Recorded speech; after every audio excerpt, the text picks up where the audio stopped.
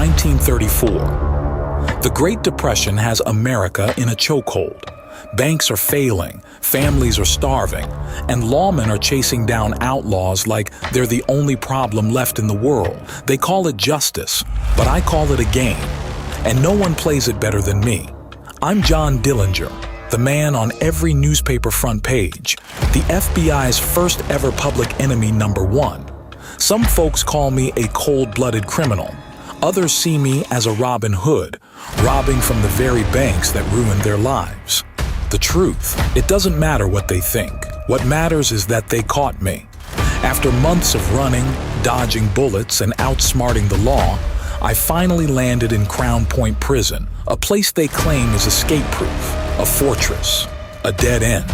The warden looked me in the eyes when they locked me up and said, "You're never leaving this place." I just smiled. He didn't know me. Nobody locks up John Dillinger.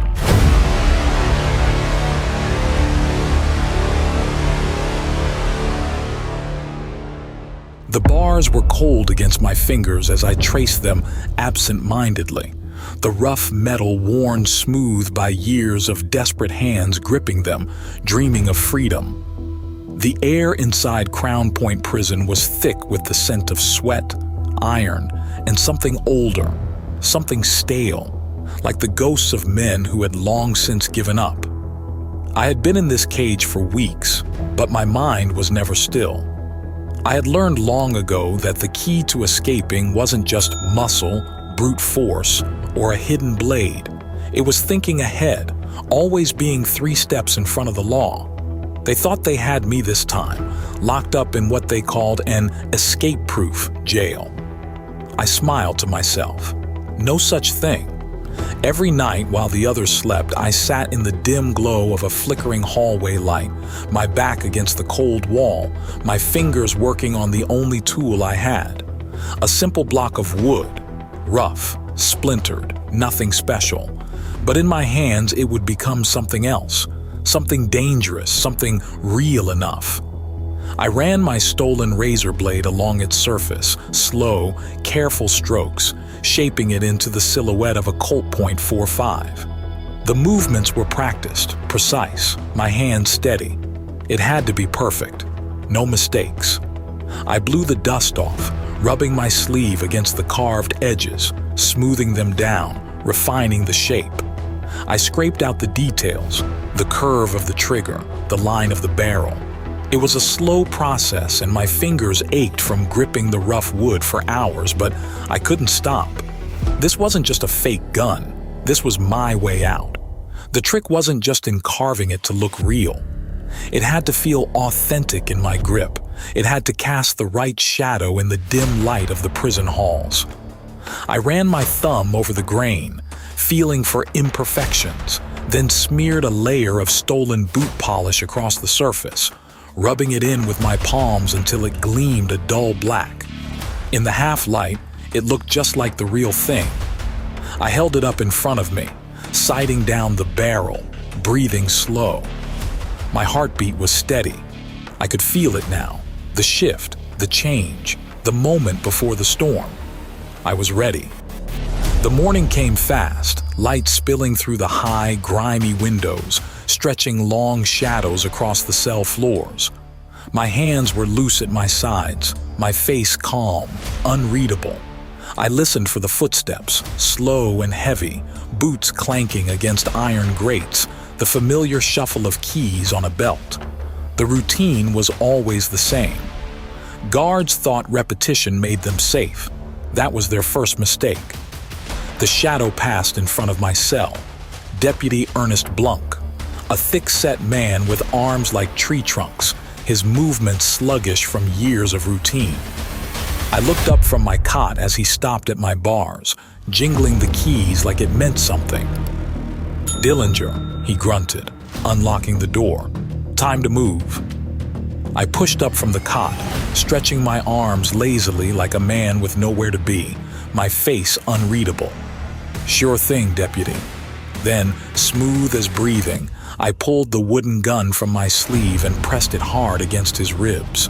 His whole body went rigid. His fingers twitched, but he didn't reach for his weapon. He knew better. The cold touch of the gun against his side told his brain all it needed to know. In that moment, it didn't matter if it was real. He believed it. "Don't be stupid," I murmured, pressing just a little harder. "Drop the keys."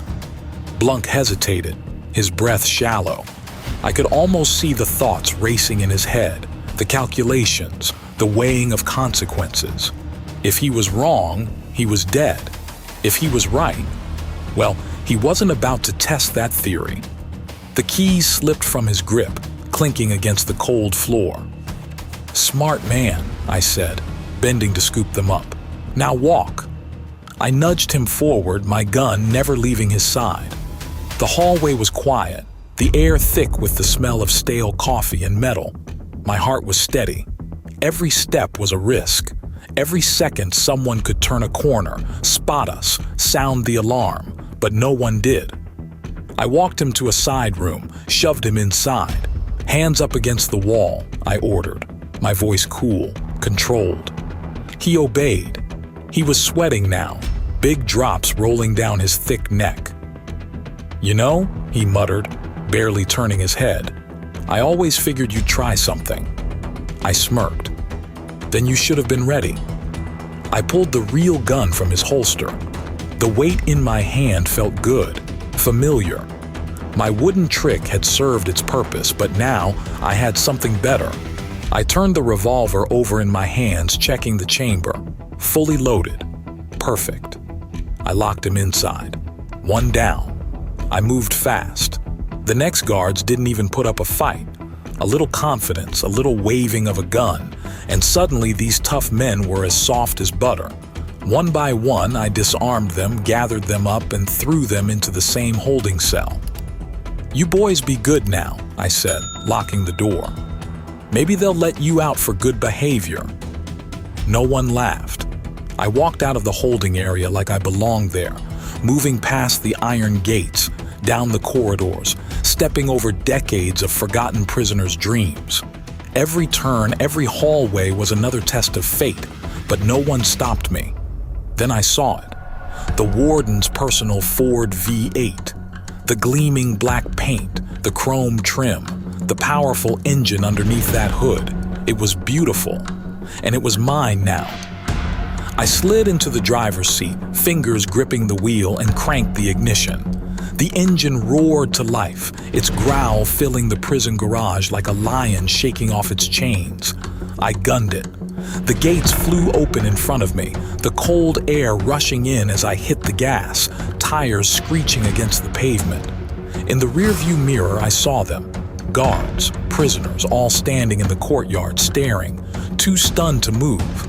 Then I was gone. The next day, the newspapers went wild. Dillinger escapes again. The man who can't be caught. Public enemy. No, one outwits the law. They said I did it with a fake wooden gun. They said I tricked a dozen armed men. They said I stole the warden's car and drove right out the front door. And you know what? They were right.